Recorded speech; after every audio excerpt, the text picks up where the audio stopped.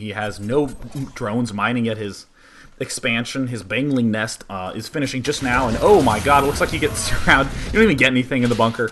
He's surrounding it right now, and it's, looks like he didn't even have the time to salvage it. There's a point here, you'll see a mentality shift where I basically start going on the offensive. This snipe that he got on those Marines running into that bunker was a big mental blow. Yeah. Because the timing, like, he didn't have an Overlord scouting it. He didn't know it was going to happen. There was like a 2-second window where those Marines weren't in a safe spot. Either they weren't up my ramp and they weren't in the bunker, and he just happened to hit it.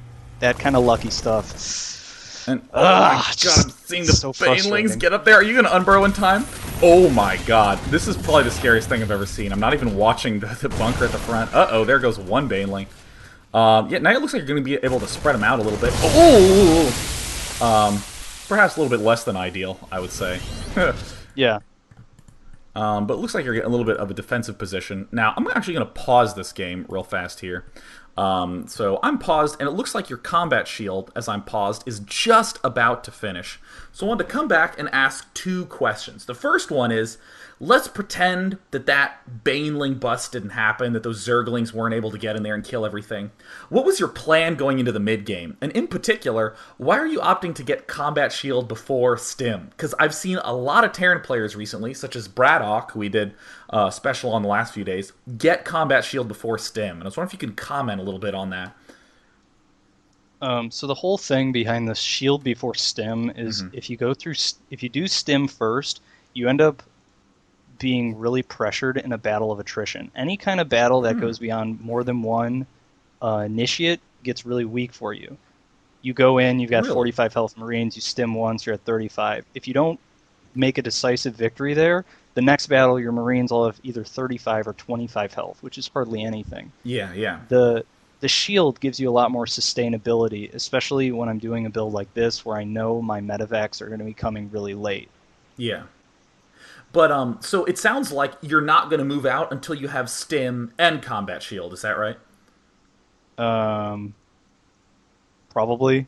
It's tough to say, just because at this point I'm kind of hitting my head, going, what the hell am I doing? How can I come back from this? Well, I'm just curious if you think that stim, because, I mean, that absolutely has happened to me a million times, where I get overeager, stim everything to kill, like, a scouting probe, and then I'm like, oh, shit, I have 35 health Marines, I'm an idiot, you know? But, I mean, I feel like stim would be a little bit better than combat shield defensively if you knew you were going to be not attacking until you had both of them. Feels like stim would be a little better to get first, or am I wrong in that regard? In terms of bunkers, the thing is, we're not looking at an accurate picture of what the game state should be at this point. Yeah. True. Like, in this position, you go, like, well, what should Terran be doing? Like, I don't know. Zerg has 41 supply. Terran's fast expand has failed. Terran looks like he's very susceptible to a Baneling bust. Like, he doesn't have tech going. He doesn't have enough barracks. I mean, what should he be doing? Maybe praying for a miracle? Like, I don't know. Yeah, that's always a good technique, is just to take your hands off the keyboard and just say a little prayer. Because God definitely comes through when it comes to Baneling busts. I'm not going to lie, man. But I also wanted to ask, you said that there was a big mental shift for you at this point. So it sounded like you were going into this game just thinking, I want to do something different, just play around a little bit with different builds. But at this point in the game, what was going through your head? Frustration, like, mostly.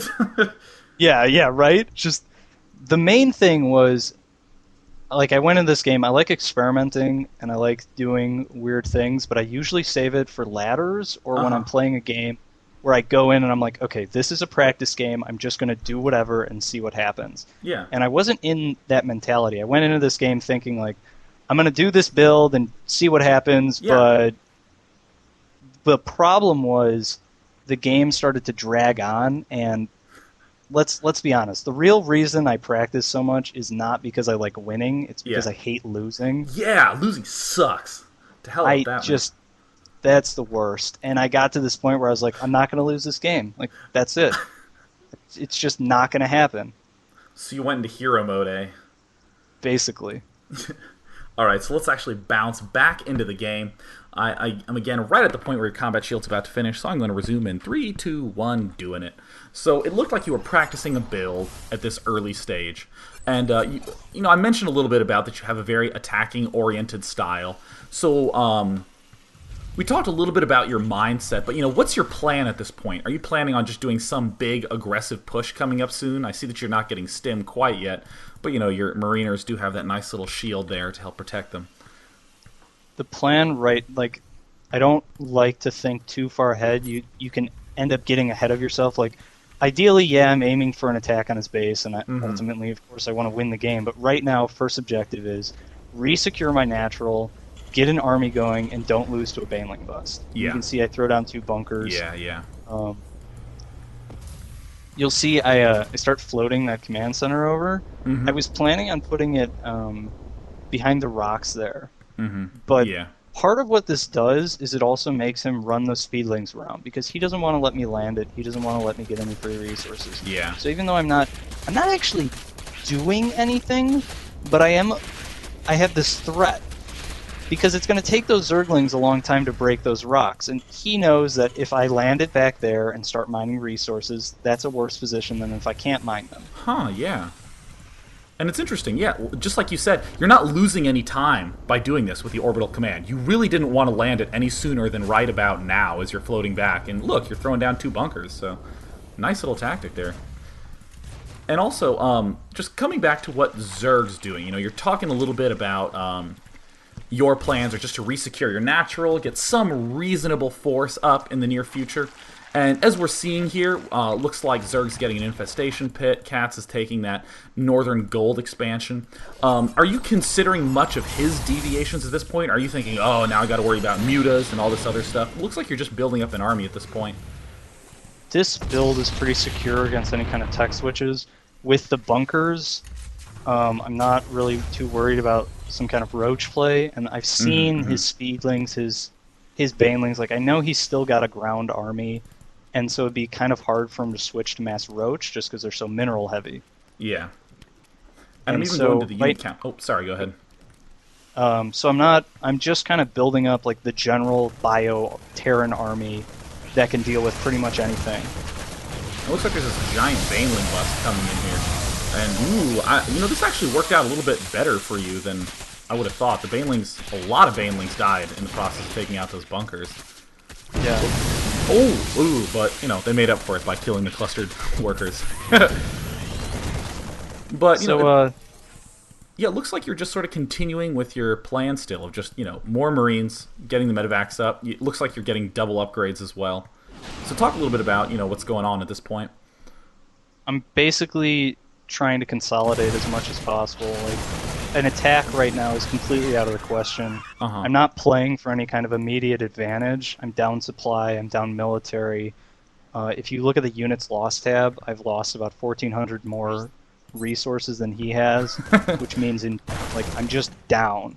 And so I'm playing for the later game.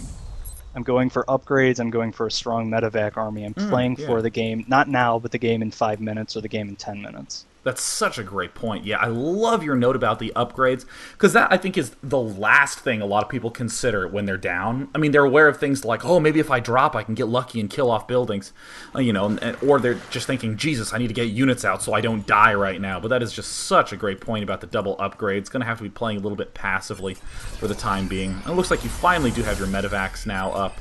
But it looks like Katz is adding on Infestors, which is going to make the Banelings a lot more threatening. But still, looks like you just have your long-term game set up. When, in your mind, is an acceptable time to attack when you're caught in this weird of a position? It's a total by feel kind of thing. Like, I just wait. Since my original plan is completely off. Like, I'm a ship at sea and God knows where I am. And so I'm just navigating by feel at this point. Basically, one of the big things that I do is I think to myself, well, what's a really bad idea? And I don't do those things. So what are some of those really bad ideas, just to be explicit? Like attacking. Trying to attack into that army he has there would be a really bad idea. Yeah. I mean, it's another like really bad idea would be like, oh, I'm just going to switch over to tanks right now, or like I'm gonna start massing Thors because I don't have the infrastructure to do that. Mm-hmm. Like I've got my upgrades going for bio. I need to stay with this plan that I'm working on. I can't afford to waste any more time than I did at the beginning. Yeah, Jesus. And it looks like he might even just break your expo again. There's a little Baneling trying to run by to get in there. So, Jesus, he's doubling your food. What the hell? So let's take a little look. Katz's base. You'll see a drops going off right there. Ooh, very suave. Now, I'm actually going to pause right now as you're entering with this drop. So, obviously, you have a little bit of crisis management to do because